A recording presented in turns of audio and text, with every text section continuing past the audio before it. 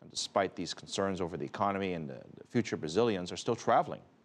The U.S. is one of the top destinations for Brazilian tourists, but their numbers would be higher if the visa process wasn't so complicated. And it's just as tough for Americans going to Brazil as well. Paulo Cabral explains.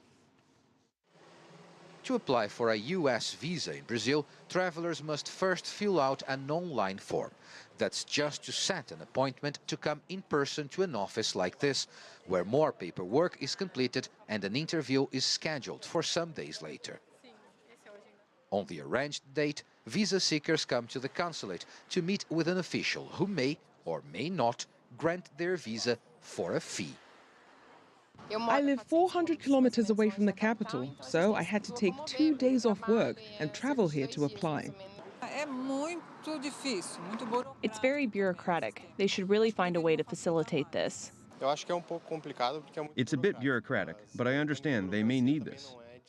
There are all kinds of travelers waiting here.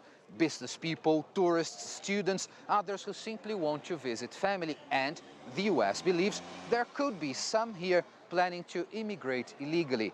While Brazilian authorities say they understand U.S. security concerns, they also argue the difficult and time-consuming process to obtain a U.S. visa is hindering the relationship between the two countries.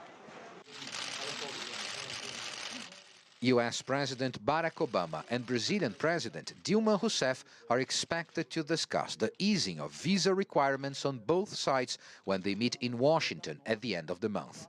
A visa waiver program could allow Brazilians to travel to the U.S. under certain conditions with no visa at all. Americans traveling to Brazil would be allowed to do the same. In this company, the possibility of easing visa restrictions is not good news. It specializes in helping people navigate the bureaucracy. Every year, we hear rumors this may happen. And this year, these rumors are a bit stronger, as our president will travel to the U.S. So we are expecting to see what will come. But the CEO of the Brazil-U.S. Chamber of Commerce says the change may not happen, since one key requirement is a visa refusal rate below 3%, a rate, he says, that Brazil now exceeds. There is a bureaucracy, of course, the people don't like, but it avoids other kind of programs. We, of course, I'm sure in Brazil, we strongly support the visa waiver. Absolutely, because we are sure that this will boost the tourism and, to a certain extent, business. In recent years, the waiting time for a U.S. visa in Brazil has dropped significantly, from a few months to a couple of weeks.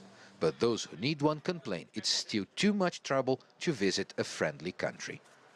Paulo Cabral, CCTV, Sao Paulo.